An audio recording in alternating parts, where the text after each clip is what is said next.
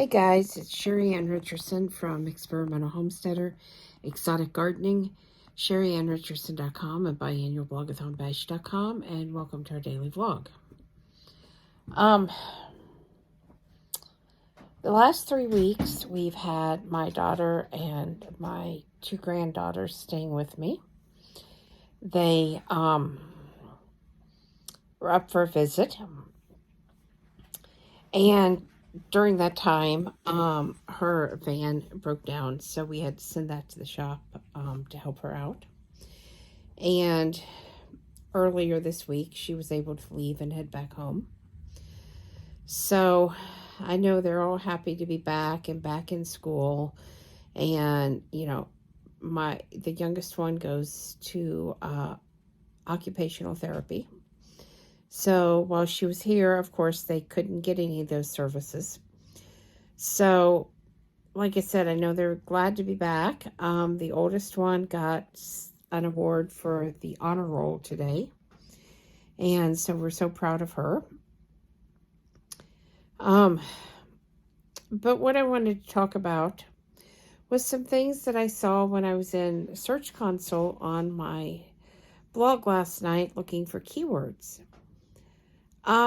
It seems some people think that we are fake homesteaders. Jeff is not really a homesteader. He's a city boy, and he doesn't do a lot of the things like I do, and that's okay. He would rather just have a job and play video games and watch TV. I'm the opposite. I would rather just be doing things. I'd rather be outside. I haven't been outside a lot since Jerry died in 2013. I'm still kind of struggling with going outside. That's one reason why I'm not showing a lot of the garden videos and things, because the yard is overgrown. It's been a struggle.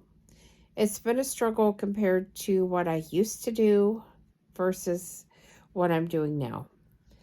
We do still have goats and chickens, and not the amount that we had. We have 2 goats, a male and a female, and we have 6 chickens. One of those is a rooster. So way pared down from what I had. And that's okay. We didn't get a garden planted last year, in part because he didn't have time to till and I can't run the tiller. I don't have a lot of help. And so if I can't do it myself, sometimes it just doesn't get done anymore. And that's kind of frustrating for me, because I had planned a big garden last year. I really wanted to do a big garden this year. It's really needed with the state of things, the grocery store shelves being bare. It's getting worse here. But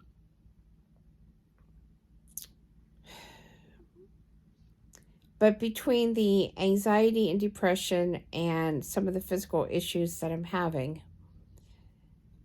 it's really hard to get out there and do it by myself, which is what's going on. You know, like I said, there's nothing fake about it. And I don't know why anybody would think that, but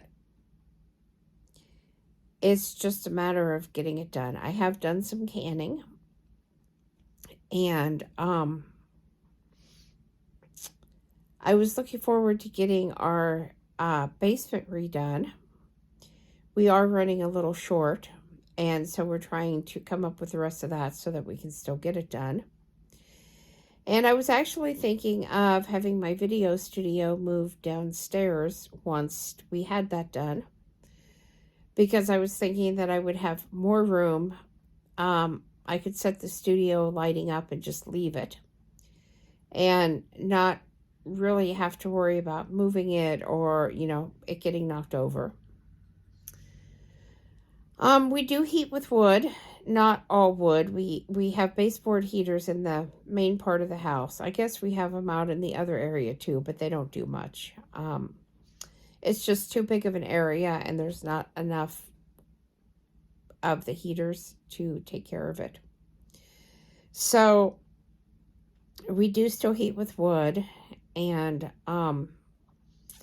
even with all these winter storms and stuff that we've been having, I haven't been too concerned because I know how to cook on that wood stove. So even if we was to lose electricity, it's not really going to affect us. You know, we will still have heat in our house. We would still be able to cook. And yes, things would be a little different, maybe not quite as convenient, but still doable. So, like I said, that didn't really faze me one way or the other. I wasn't panicked at all. The other thing, I did set up my arrow gardens in the house. I actually need to clear those out and replant, except for the 3 basil plants, which are doing fantastic. But I bought an arrow garden shelf, and I set all 3 units up. And I've been growing some basil and some lettuce in the house so that I could have some salads, because that's very doable for me. I'd actually wanted one of the larger hydroponic units, but I wasn't really sure where I would set it, and at $800 to $1,000, to be truthful with you, I just really wasn't sure for 2 of us that would pay off at all. But anyway, so that's one thing that I had wanted to address. The other thing, and this really concerned me, as I was going through my keywords and trying to figure out on what to post next, there were a number of searches about how to break in to a homestead. This is really concerning that people are thinking this way. It's not surprising, given the state of shortages and the fact that people obviously have figured out that homesteaders probably have food and other, supplies that they've stocked up on. But it's concerning because it, one, feels very threatening to me. My address is all over the place. That's just one of the issues of owning a home business and being a blogger influencer. If people want to find you, they will. You're not going to hide. But the fact that people would even think about, breaking into someone's home and taking things instead of just knocking on the door and asking. This is a problem that I have had since Jerry passed away. People taking the livestock, people helping themselves to the plants in my yard, people helping themselves to my herbs and fruits and vegetables, and just really sneaking around and taking what they want. I've been trying to get a fence up. I've got the materials. I just need it up.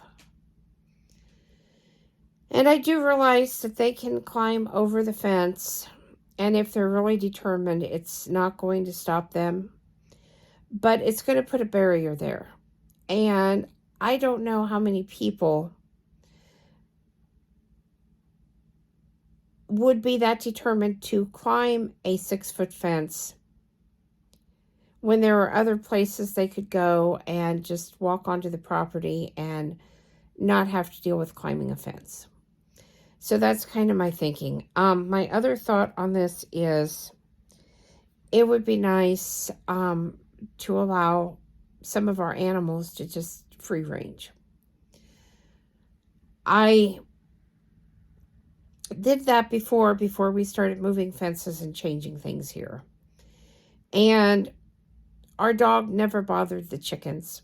If he did try to go towards them, they would run. And I would just say no and he would stop. So I also felt a little bit safer being in the yard with a dog. It just, I don't know. It felt better to me. So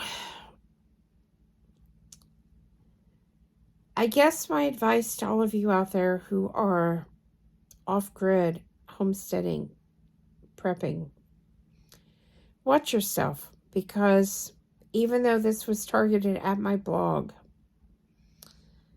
it makes me wonder what they're searching on other prepping and homesteading blogs. And if you have one, you might go into your Google search console and see. We are certainly prepared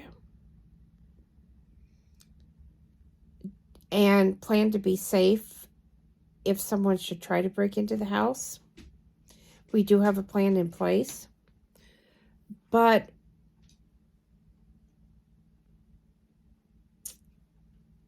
I guess it's just more the idea that, you know, someone would do that. And it's the idea that I guess courtesy is out of the question. I have always tried to help anybody that has knocked on my door and asked for food, or anybody that has, you know, said I'd love to have a start of that plant. I've always tried to dig it if it was big enough to dig and share. And I just, all of the new mindset and the entitlement just really blows me away, I guess. So I'd love to hear your comments. And if you do blog and you have looked in your search console, I would love to know if you come up with anything like that, or if it's just me. I did print it out. And I would love to hear how you feel about the fake homesteader thing. I really would like to do some more content videos and share some more. We're just not quite there yet, where I can do that. I really would like things to get back to normal, where, you know, I'm making cheese and making butter and baking my own bread. When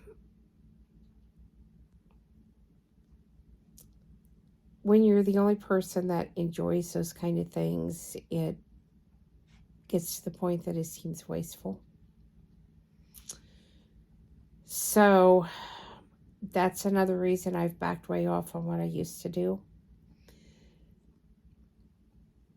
And I know I sent an awful lot of home canned goods back with my daughter, because